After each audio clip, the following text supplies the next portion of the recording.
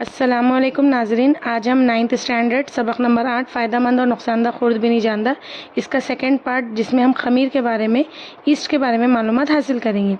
यहाँ पर जो आपको शक्ल दिखाई दे रही है ये फफूंद का खलिया है, यानी ये खमीर, ये ईस्ट की शक्ल यहाँ पर नज़र आ रही है। इस शक्ल में आपको यहाँ पर जो कली जैसे उभार नज़र आ रहे हैं, इसके अंदर खलवी दीवार है, मरकज़ा खलिया माया, और ये जो पूरी शक्ल है ये फफूंद के खलिए की है। तो फफूंद जो ये जो अफजाई, इसके जो खमीर का जो ईस्ट है इसे ईस्ट कहते हैं। अफजाइश नस्ल के इस गैर जिनसी तरीक़े को कलियाओ यानी बडिंग कहते हैं।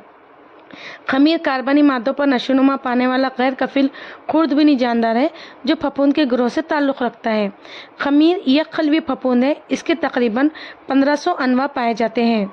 खमीर का खलिया वाज़े मरकज़ा बरदार होता है, और अगर हम इसको तजुर्बे में देखेंगे तो शक्कर के महलूल में कार्बनी मादे की वजह से खमीर की नशोनुमा होती है और तेज़ी से अफजाइश होती है। खुद की नशोनुमा करते हुए खमीर के खलियात महलूल में मौजूद कार्बोहाइड्रेट को अल्कोहल और कार्बन डाइऑक्साइड में तब्दील करते हैं। इस अमल को अमल तकमीर यानी फर्मेंटाइजेशन कहते हैं। और अब आइए हम हमारी मालूमात में कुछ इजाफा करते हैं।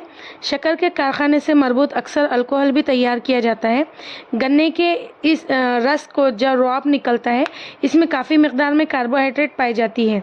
रॉब में सैक्रोमाइसिस खमीर मिलाकर इसकी तखमीर की जाती है।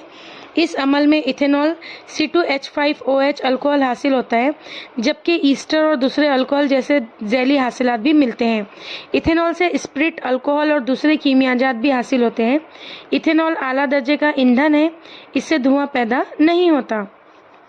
इथेनॉल की सनती पैदावार के लिए गन्ने की रॉब की तरह ही मकई, जौ और दूसरे अनाज का भी इस्तेमाल किया जाता है। अंगूर के रस में मौजूद ग्लूकोज और फ्रुक्टोज शक्कर की भी ईस्ट की मदद से तखमीर की जाती है, और हासिल होने वाले अल्कोहल से वाइन यानी शराब बनाई जाती है। उसके